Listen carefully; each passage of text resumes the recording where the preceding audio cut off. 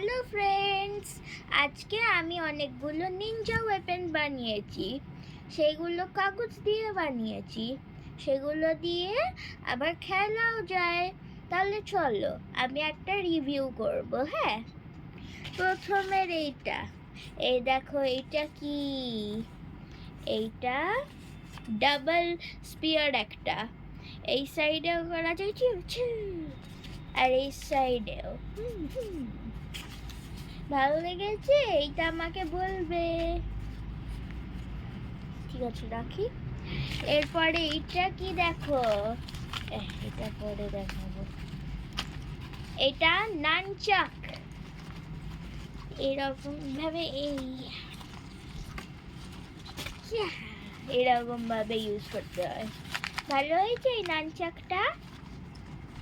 হ্যাঁ। এরপরে এইটা কি দেখো, এটা একটা স্লিং শট। হ্যাঁ, স্লিং শট। এটা নিয়ে কি করা যায় দেখো, এর ভেতরে এই একটা অ্যামো আছে, অ্যামো ঢোকাতে হবে। এই দেখো, এই অ্যামোটা ঢোকালাম। এবারে আরে ওই দিকে একদম গেল, দেখলেন? কি সুন্দর আমার স্লিং শটটা। একবার শুটিং করে দেখাবো।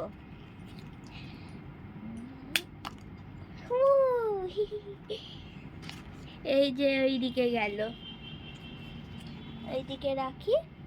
এবার এইটা কি দেখো, এইটা একটা স্পিয়ার। এটা একটা স্পিয়ার, এরকম ভাবে করতে হয়।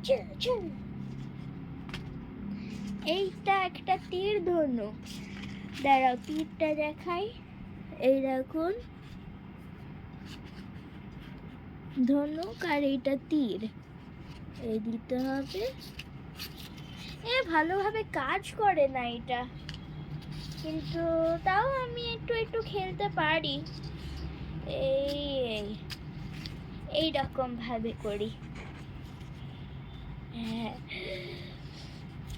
ভালোভাবে হয় না। আবার ভালোভাবে বানাবো আমি পরে। আর এইটা কি দেখো, এইটা হলো থাম্ব নাইফ। এইটা দেখছো না, এইখানটায় এই থাম্বটা ঢোকাতে হবে, তারপরে এইরকম ভাবে ধরতে হবে, তারপরে এরকম ভাবে। হ্যাঁ, ঠিক আছে, টাটা। আমি পার্ট 2 পরে করবো। হ্যাঁ, বাই বাই।